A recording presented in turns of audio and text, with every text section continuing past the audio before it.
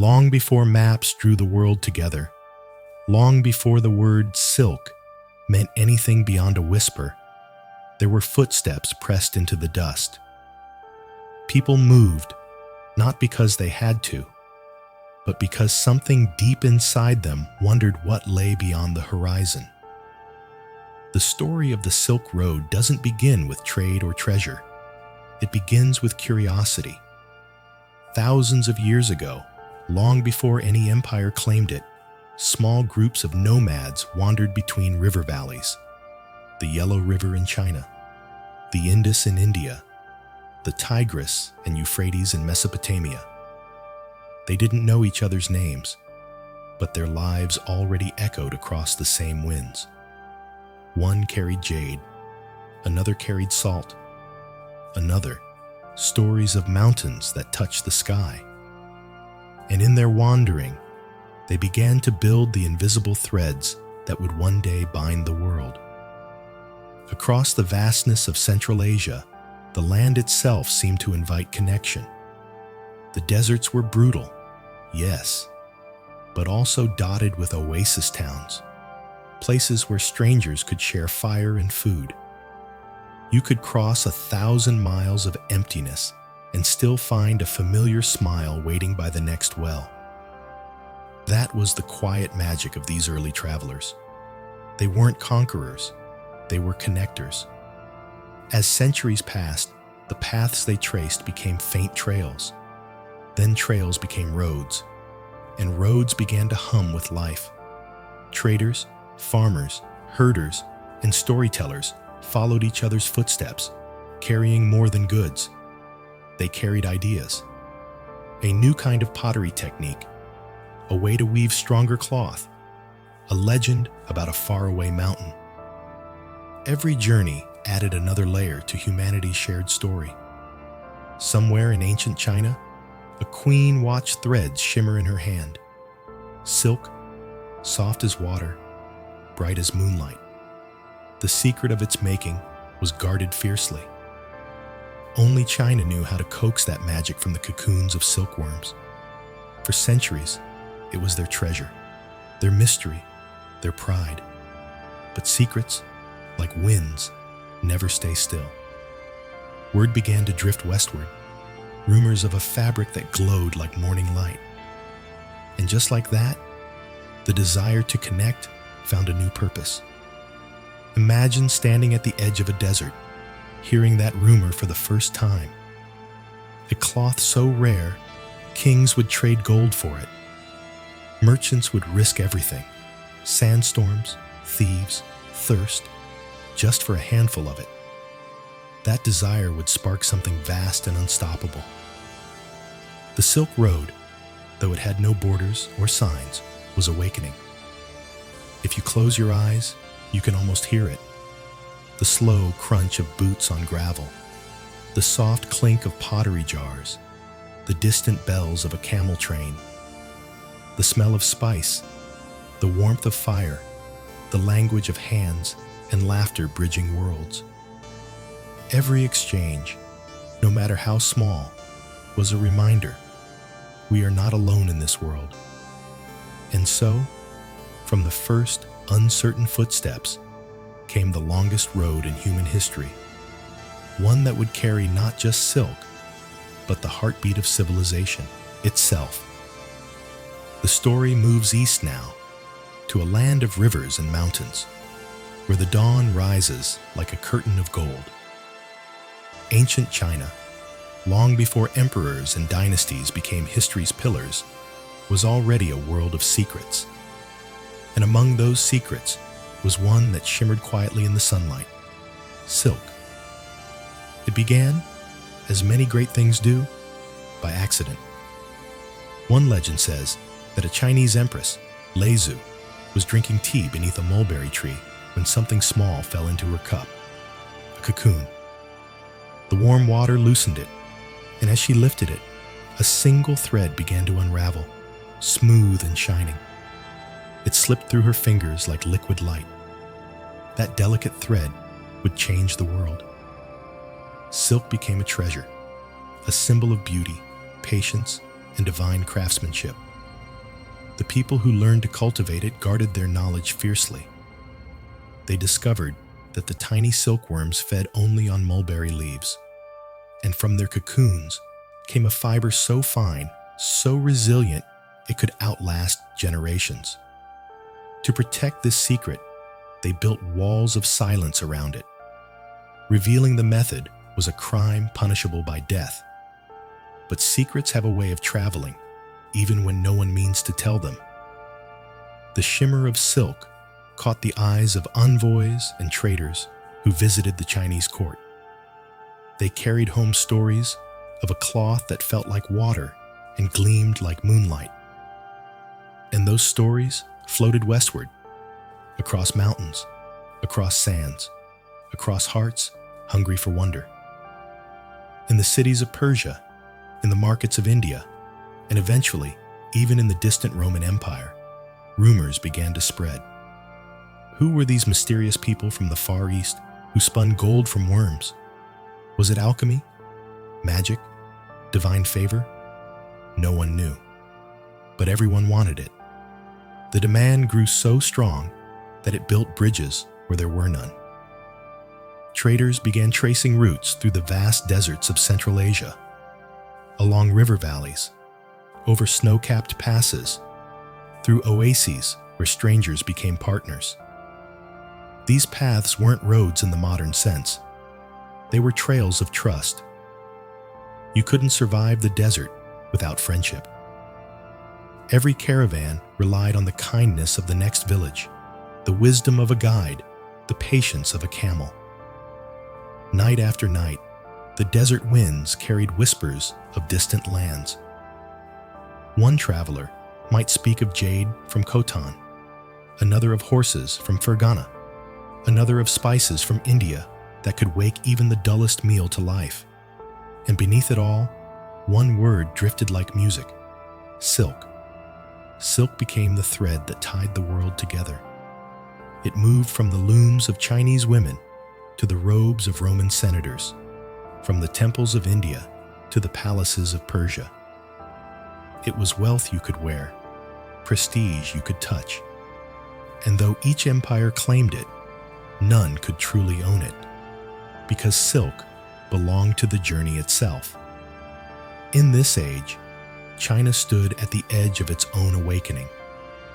The Han Dynasty began to rise, powerful and curious, sending envoys westward to explore lands beyond the mountains. For the first time, a great civilization dared to map the unknown. The emperor wanted horses, strong ones, born in the steppes. The West wanted silk. That exchange would become the lifeline of continents.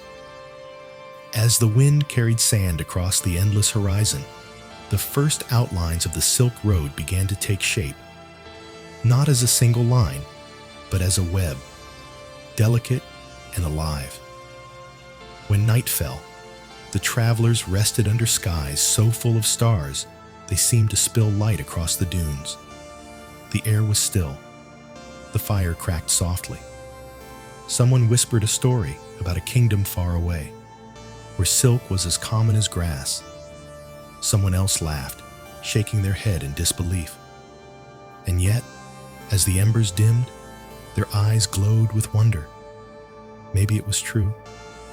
Maybe there really was a world like that, waiting beyond the desert.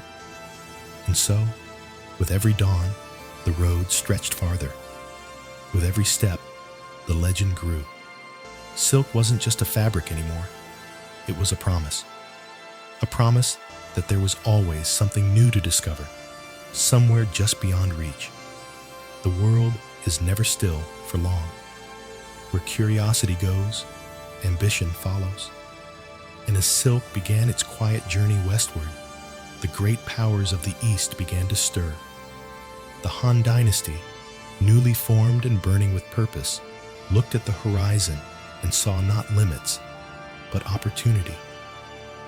In the capital of Chang'an, a city bursting with life and color, Emperor Wu of Han dreamed of something greater than walls and taxes. He wanted connection, alliances, trade, power that extended beyond the edges of any map. But beyond China's western borders stretched an ocean of desert and mountains, home to people the empire barely understood. To reach them meant risk, and to risk meant glory. The emperor sent an envoy, Zhang Qian, a man whose name would one day echo through time as one of the first great explorers of the Silk Road. His mission was simple in words, but immense in reality. Find the lands beyond the western mountains, make allies, open the world. Zhang Qian's journey was anything but simple. He crossed the Gobi Desert, an expanse so vast and silent that the sound of one's own heartbeat could feel deafening. He was captured by nomads, escaped, wandered, found kingdoms no one in China had even known existed.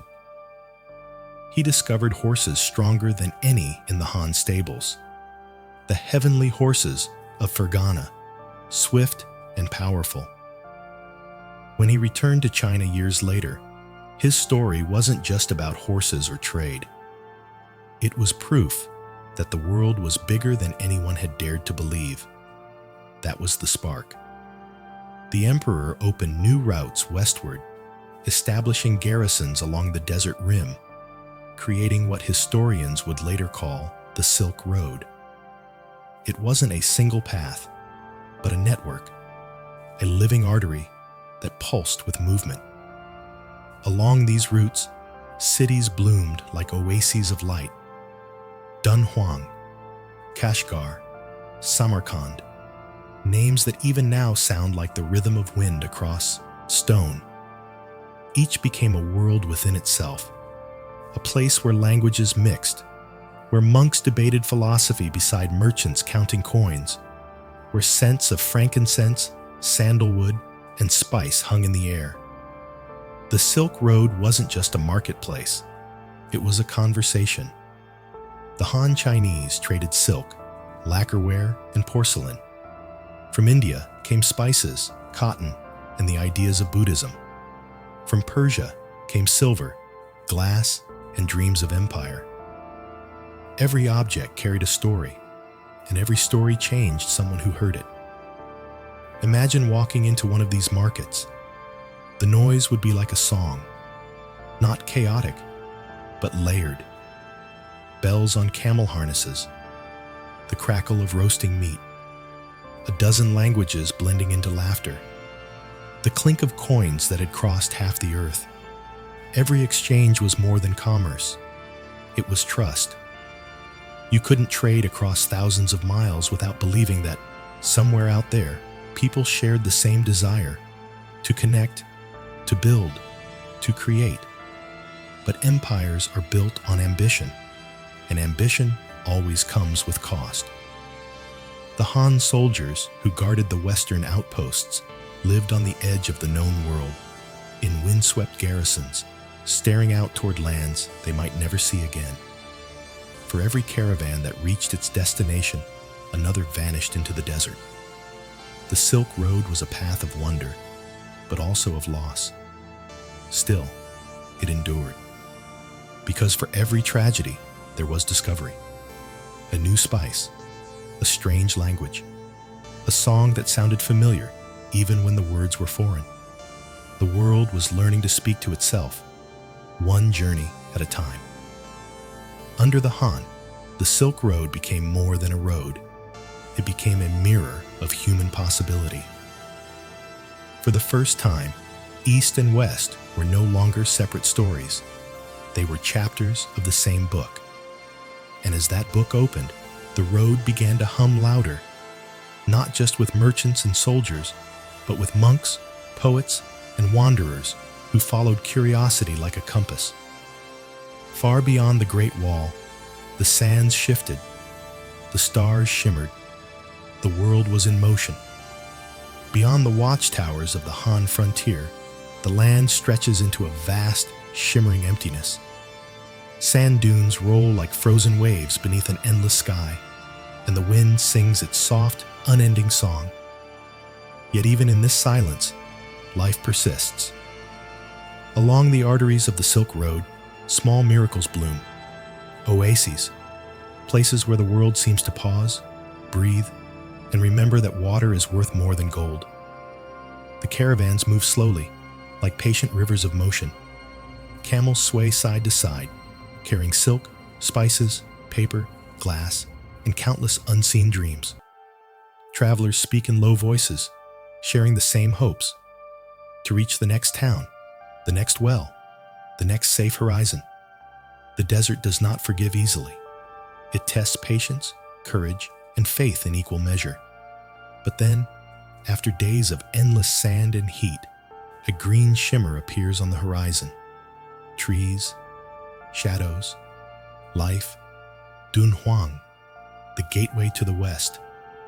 At night, its streets glow with the soft orange light of oil lamps. Traders rest their weary feet and watch the world walk by. Chinese, Persians, Indians, Greeks. Faces from every corner of the earth meet in the same market square. Languages mix like spices in the air. A merchant from Bactria tells a story about a land beyond the sea where people worship gods carved from marble. A monk from India describes a prince who left his palace to find enlightenment under a tree. And the listeners, they lean closer, not just to buy or sell, but to know. Because on the Silk Road, curiosity is the true currency. The oases are more than resting points. They are worlds within worlds. Dunhuang, with its caves carved into the cliffs, filled with murals that shimmer in candlelight, telling stories of gods and travelers. Kashgar, where caravans from China, India, and Persia all converge, a city alive with music and movement. Samarkand, a jewel of blue tiles and gardens, where the scent of roses drifts through the streets and the sound of laughter lingers until dawn. Each oasis has its rhythm. Each has its secret. In some, the people speak of dragons in the mountains. In others, of storms that whisper your name. And for every traveler, there's a moment when the desert becomes something sacred, a place that strips away everything except what matters. Imagine walking through one of these markets. The sun is setting, and the stalls glow with gold and crimson. You hear the rhythm of drums, the laughter of children, the rustle of silk as a woman wraps herself in cloth that caught the light of 1,000 mornings. You taste honey from Persia, dates from Arabia, and salt from the edge of the sea. You feel, maybe for the first time, that the world is one great conversation, spoken in colors and scents instead of words. Travelers who rest in these oases often leave a part of themselves behind. A song, a story, a piece of art. In time, these fragments become the memory of the road itself. Even today, when you stand in the caves of Dunhuang, the walls seem to hum with echoes, the prayers of monks, the sighs of travelers, the laughter of those who dared to cross the sands. The desert might seem empty, but it remembers everything. Every step, every story, every heartbeat carried by the wind. And so, the Silk Road grows not just across the land, but across souls. It becomes a thread that ties together not only empires, but ideas, beauty, belief, and the quiet truth that we are all searching for the same thing: meaning. As the night deepens, the fires fade, and the stars awaken. The caravans rest, their shadows merging with the dunes. Somewhere far away, another traveler begins their journey, following the same stars, carrying a different dream. The Silk Road never sleeps. It only changes hands. By now, the Silk Road was no longer a whisper of possibility. It was a heartbeat, a living rhythm pulsing across mountains, deserts, and oceans of sand. What began as curiosity had become the world's grandest exchange, not only of goods, but of dreams.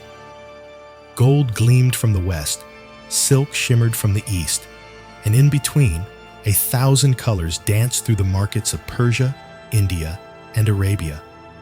The Silk Road was not one road, but 1,000.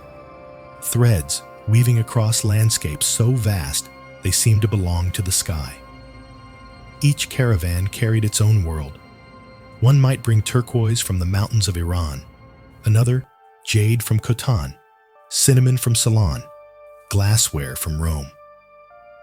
To touch these treasures was to touch faraway lands, to feel the presence of strangers you might never meet. Every object told a story, of deserts crossed, of seas sailed, of hands that crafted beauty for eyes they would never see. But perhaps the greatest treasures were not what could be held. They were what could be learned. Ideas traveled faster than camels. Alongside silk and spice came mathematics from India, astronomy from Babylon, philosophy from Greece. Words, too, were traded, and languages began to mingle like rivers merging in spring. In the bustling cities of Central Asia, translators became the unseen heroes of civilization. They stood in the middle of chaos, between merchants shouting prices and scholars debating gods, and they made sense of it all. Because of them, knowledge became borderless. Medicine, art, and science began to transcend language itself. The Silk Road was the world's first internet, a network that carried thoughts instead of signals, belief instead of data. In one direction went silk, lacquer, and porcelain. In the other, glass, gems, and ideas of faith and freedom. And yet, the road was not only light, it carried shadows too. Thieves, storms, betrayals. Gold tempted men to violence, and greed left scars in the sands.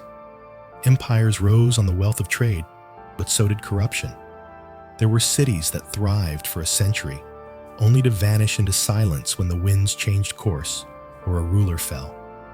Still, the road endured. Because beyond all ambition, it was built on something deeper, the shared human hunger for wonder. Picture a trader from Rome, weary after months of travel, finally reaching Chang'an. He stands before the silk market, eyes wide as he runs his fingers over the shimmering fabric. Nearby, a Chinese merchant tastes olives for the first time, the fruit's strange saltiness pulling a smile from his lips. Neither understands the other's words, but in that moment, they share something profound: awe. The Silk Road turned the world into a mirror. Every culture saw itself reflected in the eyes of another. Architecture borrowed from distant temples. Music learned new scales. Food transformed, blending spices from Arabia with herbs from China, creating flavors that never existed before. Even beauty itself changed. Hairstyles, jewelry, and art styles traveled the same routes as camels and carts. To walk the Silk Road was to walk through the heart of humanity. Each traveler became both student and teacher, thief and poet, witness and dreamer. As the centuries passed, the road became more than a trade route. It became a living philosophy. The idea that distance was not a barrier, but a bridge. That differences were not walls, but colors in a shared tapestry. And when the caravans gathered at night, under the infinite sky, there was a quiet peace between them. They came from lands divided by mountains, but under the stars, they were one. The wind moved softly through the dunes, carrying the scent of spice and the warmth of fire. In the stillness, someone began to hum a song, a tune from far away, familiar yet strange. The others listened, and one by one, they joined in. Different voices, different tongues, but somehow, perfectly in harmony. The road had done its work. It had turned strangers into family. As caravans wound their way through the deserts and mountain passes, they carried not only silk, gold, and spice, but something even lighter and far more enduring. Ideas, beliefs, the stories of gods, and the questions that only faith could answer. The Silk Road, once the world's greatest marketplace, was slowly becoming its greatest pilgrimage. From the heart of India came gentle footsteps, monks in saffron robes, carrying nothing but bowls and wisdom. They traveled north through the Himalayas, their chants carried by the wind. They spoke of a prince who renounced his palace, who sought truth beneath a fig tree, who found peace not through power, but through compassion. His name was Siddhartha Gautama, the Buddha. At first, their journey was quiet. A few scrolls, a few travelers. But word spread, as all good stories do. The Silk Road became a river of faith, flowing outward from India into Central Asia, into China, into the farthest corners of the East. Monasteries began to appear where there had once been only dust and stone, safe havens for travelers, schools for the curious, sanctuaries for the lost.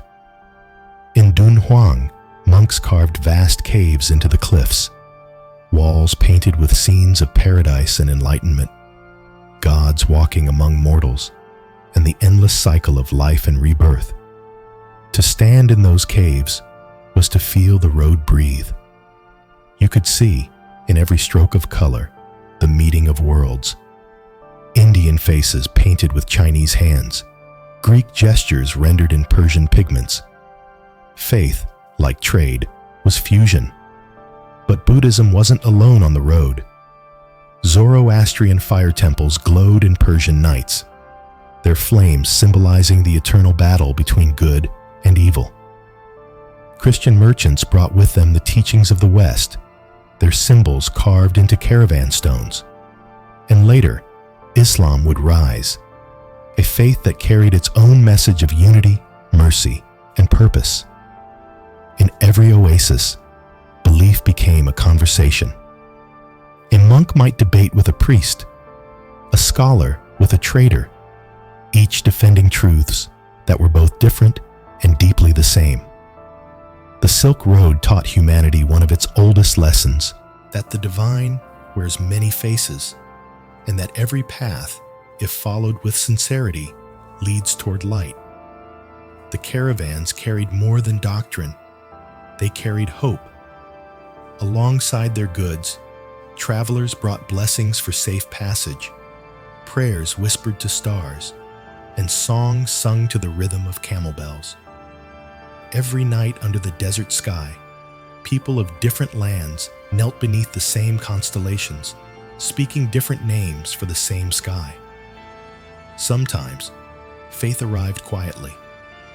A single statue of the Buddha left behind by a passing monk, a verse written in Greek on a clay shard, a line from a Persian poem that would someday find its echo in Chinese calligraphy. These small traces built a spiritual map that no empire could control, a map drawn by the hands of the humble. By the time the Han faded and new powers rose in their place, the Silk Road had become something far greater than trade. It was a living temple without walls, where merchants, nomads, and mystics all shared the same roof of stars. And yet, even as the gods traveled, so did human longing. The more the world connected, the more it yearned for meaning. Each culture carried its own questions, and found in others reflections of its own heart. The desert, once feared for its silence, became holy for it. The mountains, once barriers, became bridges between heaven and earth. And in this vast communion of dust and divinity, the Silk Road found its soul. Long before ships crossed oceans and maps outlined the globe, there were explorers of another kind, travelers who followed the curve of the earth by foot, by hoof, and by faith. They were merchants, monks, dreamers, and wanderers whose journeys along the Silk Road made the world feel both vast and strangely small. For centuries, the Silk Road had connected distant worlds, but now it began to inspire something new: the human urge to know those worlds, to not only trade with them, but to understand them. The age of exploration had begun long before the word explorer was ever written. The road stretched from the yellow plains of China to the glittering cities of Byzantium, touching every world in between. Caravan after caravan traced its routes, carrying not just goods, but stories, legends of golden kingdoms, of mountains that breathed fire, of seas that reached the edge of creation itself. These tales passed from tent to tent, growing with every telling until they became half memory, half myth. Among those who listened were scribes and scholars, men and women who began to sketch the first global maps. On parchment and silk, they drew rivers, mountains, and roads, filling the spaces between them with creatures of imagination. Dragons curled where knowledge faded. Angels guarded the edges of the unknown. But within those maps lay something profound: the first recognition that all lands were part of one shared earth. And then came a traveler who would carry this realization farther than most: a young Venetian merchant named Marco Polo. In the late 13th century, he followed the Silk Road across deserts, steppes, and kingdoms that few in the West had ever seen. His eyes took in wonders that defied his own language: palaces of jade and gold, vast markets where spices scented the air, armies that moved like rivers of silver. When he finally reached the court of Kublai Khan in China, he stepped into a world at its peak: the Mongol Empire, which for a brief, astonishing moment made almost all of Asia one continuous road. The Khan welcomed traders, engineers, poets, and priests from every faith and nation. Under his rule, the Silk Road became safer than it had ever been, a single empire guarding the flow of knowledge between East and West. Marco Polo stayed for years, serving the great Khan and witnessing a civilization so advanced it felt like the future. Paper money, vast canals, public hospitals, ideas the West would not see for centuries. When he finally returned home, few believed him. They said his tales were too fantastic, too dreamlike. But history would prove him right. His book, The Travels of Marco Polo, became a spark in Europe's imagination, a map made of words, leading future explorers toward new horizons. Yet Marco was only one among thousands. The Silk Road had always been full of unnamed explorers, women who traded silk across borders, scholars who copied manuscripts by candlelight, nomads who led caravans through the desert by reading the stars. Each of them expanded the world in quiet ways. To live on the Silk Road during this age was to live in motion. One day, you might hear the call to prayer echoing through a Persian bazaar. The next, you might wake to the sound of temple bells in a Chinese monastery. The air itself felt layered: cinnamon from India, musk from Arabia, smoke from faraway forests. Every breath was a reminder that the world was one continuous story. But even as discovery flourished, danger grew too. Empires shifted, rulers changed, and the balance that kept the Silk Road safe began to tremble. The Mongol peace, that brief golden window, would not last forever. Soon, the roads would begin to fracture. For now, though, the world still felt infinite. Under the same stars that had guided nomads millennia earlier, merchants and explorers still walked, still dreamed, still carried the road forward. They didn't know it yet, but they were the last generation to see the Silk Road in full bloom. The last age before the seas claimed the world's trade, and before history changed course. The sands still whispered, The map still glowed. The road still breathed. Every empire believes it will last forever. Every road believes it will always be traveled. But time, like the wind over the desert, wears down even the strongest stones. After the Mongol Empire bound half the known world into one vast network, peace and prosperity seemed eternal. The caravans moved safely from Venice to Beijing, maps filled with color. The world, for a moment, felt whole. But history has never been content with stillness.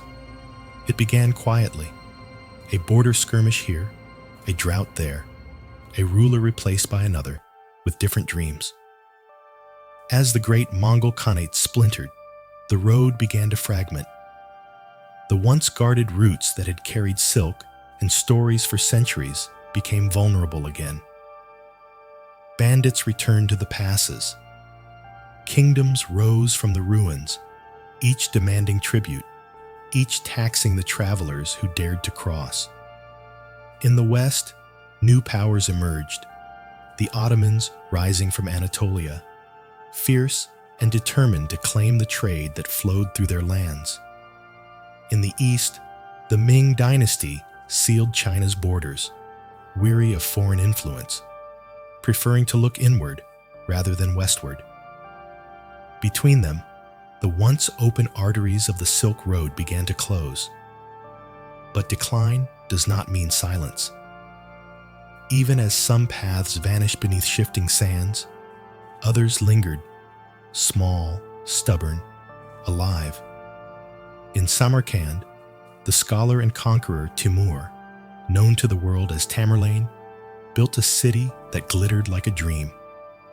Blue domes rose over marble courtyards, and poets and architects were gathered from across continents to create beauty that defied time. For a generation, Samarkand shone as the heart of the world, a city where trade, art, and ambition met in perfect symmetry. And yet, even there, the shadow of change was growing. New routes were opening, not overland, but across the sea. The Portuguese, the Arabs, the Venetians, they were learning to follow the winds across the oceans, to trade by ship instead of sand. The Silk Road, once the spine of civilization, began to fade into memory.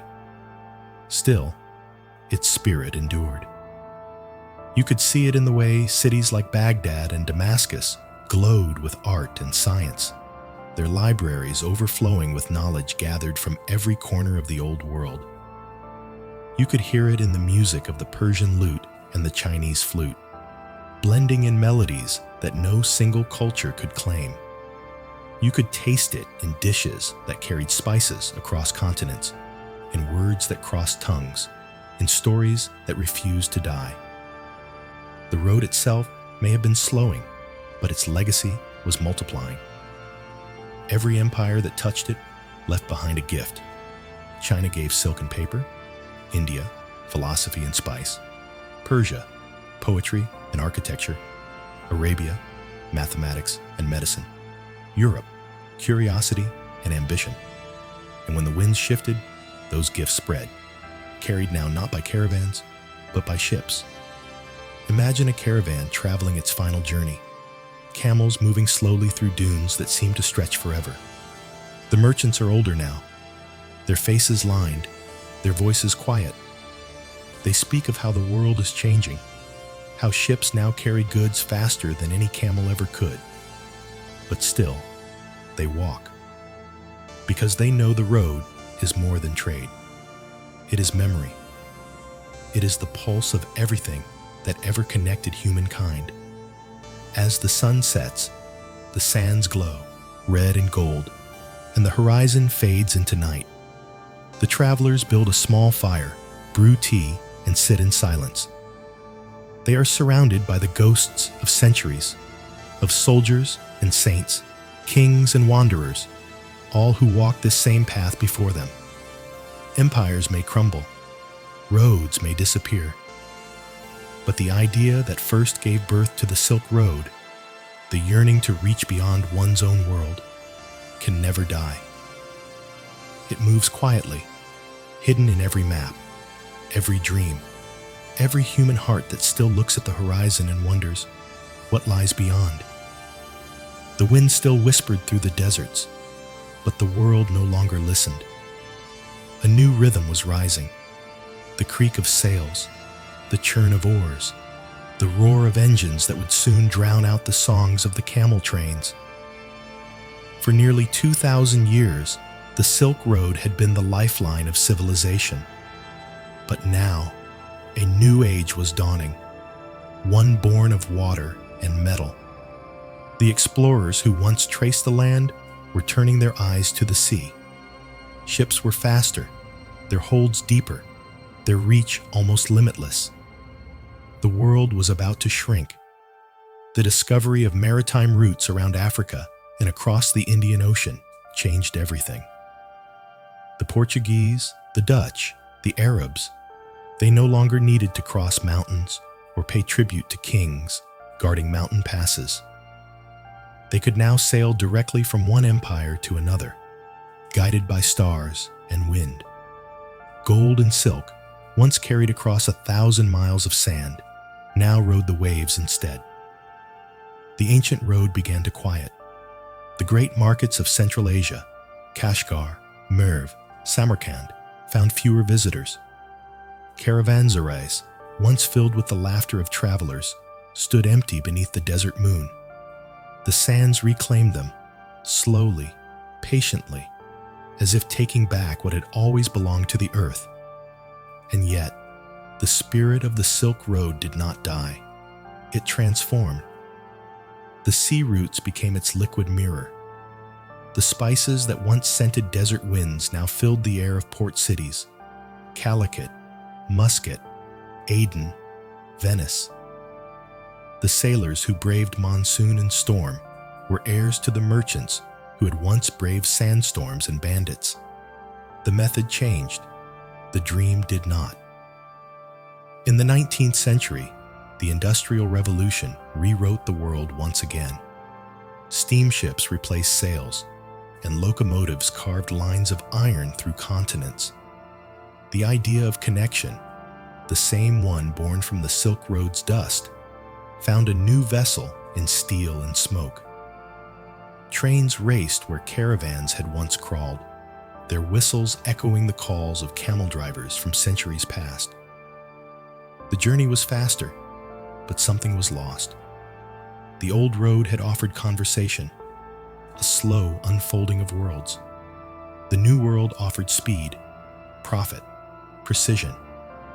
The silk still glimmered, the gold still gleamed, but the silence of the desert, the warmth of shared tea by the fire, those began to fade into memory. Still, in quiet corners, traces remained. Scholars rediscovered the buried cities of Central Asia, long forgotten Dunhuang, with its painted caves, its scrolls hidden for centuries beneath sand and stone. Archaeologists brushed dust from manuscripts that spoke in 100 languages, proof that the world had once been united not by conquest, but by curiosity. The Silk Road lived on in ways few could see, in the patterns of carpets woven in Persia and China, in the tea poured in Russia, in the stories that crossed languages and found new voices. Even the idea of global trade, of nations bound by exchange and invention, was the Silk Road's child, reborn under new names. When steamships began to circle the world, they were following the same invisible thread: connection. The same thread that once tied oasis to oasis now tied port to port. And in every journey, you could still feel its echo, that human instinct to reach out, to share, to discover. The Silk Road was no longer a line across the desert. It had become an idea floating on the sea. As the 19th century turned to the 20th, travelers could no longer trace its full length. Empires had drawn borders, wars had scarred the land, and time had erased paths once trodden by thousands. But in every crossing of cultures, every blend of art and language, the old road breathed quietly. Because the Silk Road was never just a place. It was a pattern, a way the world wove itself together, thread by thread. Centuries passed. The caravans faded, the camels gone, the great cities of the desert swallowed by sand. But some threads never truly break. They only wait, hidden beneath the surface, patient, like roots remembering the rain. The Silk Road had once fallen silent, but the memory of connection, of worlds stitched together by curiosity and trade, refused to die. In dusty libraries, scholars began to unearth forgotten manuscripts. In far-off museums, silk fragments whispered of journeys taken by hands long turned to dust. The road began to wake again, not as a path of sand and stone, but as an idea, eternal, shapeless, unstoppable. By the 20th century, the old routes had new names: global trade, diplomacy, culture, ships, trains, airplanes. All of them followed invisible lines, first drawn by those ancient travelers. And when nations began to rebuild, after wars and revolutions, they unknowingly rebuilt the Silk Road too. The spirit of the old road still lived in every exchange that crossed a border. The container ships leaving Shanghai, the oil pipelines stretching through Kazakhstan, the trains that rumbled from Europe to China carrying electronics, fabrics, and dreams. Even in a world powered by data and satellites, the purpose remained the same: to connect. In China, a new idea was born, one that looked backward as much as it looked ahead. The Belt and Road Initiative sought to rekindle the ancient pathways, to turn memory into movement once again. Steel rails replaced dusty trails, fiber optic cables replaced caravans, and ports echoed with the hum of 1,000 engines. But at its heart, the dream was the same: that the world, vast as it is, can still be linked by shared purpose. The Silk Road, reborn in modern form, reminds us that progress is just the old road wearing new shoes. We are still merchants of curiosity, still travelers through each other's cultures, still trading stories and knowledge faster than any camel ever could. And yet, in all this noise and speed, the road's ancient wisdom still whispers. Connection without understanding is hollow. The Silk Road's beauty was not just in exchange, but in empathy, in learning another's language, tasting another's food, listening to another's story beneath the same stars. If you travel today through the deserts of Gansu or the plains of Uzbekistan, you'll find traces of the old road everywhere. Stone foundations of caravanserais, fragments of pottery half buried in sand, names of towns that sound like songs: Kashgar, Samarkand, Bukhara. The same sun still rises over them. The same stars still guide travelers home. In Dunhuang, the murals still glow, faded, yes, but alive. In the painted faces of the Buddhas and travelers, you can still see the world as it once was, a place of movement, color, and shared wonder. The Silk Road has become a metaphor now for trade, for culture, for connection, but also for something simpler and older, for the truth that the world has always been one continuous thread, weaving itself through us. No empire owns it. No nation controls it. It belongs to everyone who has ever looked at the horizon and decided to walk toward it. When you think about it, the Silk Road never ended. It just changed shape. From camel caravans to cargo ships, from scrolls to screens, from desert winds to digital signals humming beneath oceans. The road lives in every bridge built, every handshake across languages, every moment when curiosity defeats fear. We have always been travelers, even when we stand still. The Silk Road was never just a line drawn across deserts and mountains. It was a mirror, showing us that movement, connection, and discovery aren't only about the world outside. They're about the world within. Close your eyes and imagine that old road again. The wind brushing across your face, the rhythm of footsteps in the sand, the horizon shifting with every breath. You could walk for days, weeks, years, and still, the greatest journey would not be through the desert, but through yourself. Every traveler who set out along the Silk Road faced that same truth. The merchant leaving his home in Xi'an, wondering if he'd ever return. The monk walking barefoot toward the mountains of India, seeking enlightenment but finding doubt. The soldier guarding an outpost in the Gobi, staring at the same stars his ancestors once prayed to. Each of them traveled not just for wealth or conquest, but to find meaning, a reason to keep walking when the path disappeared beneath the wind. In many ways, that's the real Silk Road, the one we carry inside us. A road of choices, of risks, of encounters that shape who we are. Every friendship, every idea, every heartbreak, they're all trade routes of the soul, crossing from one experience to another, weaving our inner maps. The ancient traders once carried silk across continents. We carry memories, fears, and hopes across time. They bartered goods. We exchange emotions. They followed stars.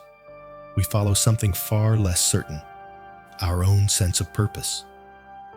When we think of history, we often imagine the grandeur, the empires, the gold, the heroes. But the Silk Road reminds us that history is made of smaller things.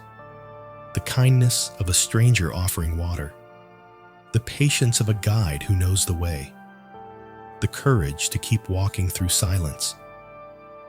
It teaches that progress begins with trust, that understanding begins with listening. The road within us is endless. It loops back through the landscapes of memory, childhood dreams, lost loves, moments of wonder. It winds through doubts and triumphs, through mistakes and forgiveness. And, like the ancient Silk Road, it's not always easy. There are storms, there are detours, there are times when we feel lost. But those moments are not the end. They're part of the journey. Sometimes, you don't find what you were looking for. You find something else, something better, a realization, a lesson, a gentler way of seeing. The Silk Road was full of travelers who set out for one thing and found another. A man searching for profit might find faith. A monk searching for peace might find compassion instead. A soldier searching for duty might find poetry in the stars. That's the beauty of the road within. It doesn't promise arrival, only discovery. Even now, in a world of airplanes and satellites, we're still walking it. Every time we try to understand someone different from ourselves, every time we choose empathy over indifference, we walk a little farther along that invisible path. And somewhere deep inside, the same wind that once brushed the caravans still moves through us. Soft, ancient, unending. The Silk Road is us. It always has been. The night has fallen quietly over the world. The fires along the road are just embers now, glowing like small memories in the sand. The caravans have long stopped moving. The voices, the laughter, the bargaining, all gone. Only the desert remains, vast and infinite, holding every story it was ever told. You can almost hear them, faint echoes of footsteps, bells, and whispers carried by the wind. It's as if the earth itself remembers every traveler who ever crossed it. The Silk Road is no longer a place you can walk. It's a dream that hums beneath the surface of the modern world. soft, steady, alive. Above, the stars burn with the same ancient light. They once guided merchants and monks. Now they guide us through quieter journeys, through thought, through rest, through imagination. Every star feels like a lantern lit by someone long ago, reminding us that connection doesn't end just because time moves on. If you follow that light long enough, it almost feels like the road still exists, not in maps or stone, but in the invisible threads that tie us together. The same curiosity that once pushed caravans through the desert now moves through your own heartbeat. The same longing for discovery that sent explorers westward now glimmers in your dreams. The Silk Road was never only about silk or gold or power. It was about movement, the kind that starts in wonder and ends in understanding. It was humanity's first great whisper to itself. We are not alone.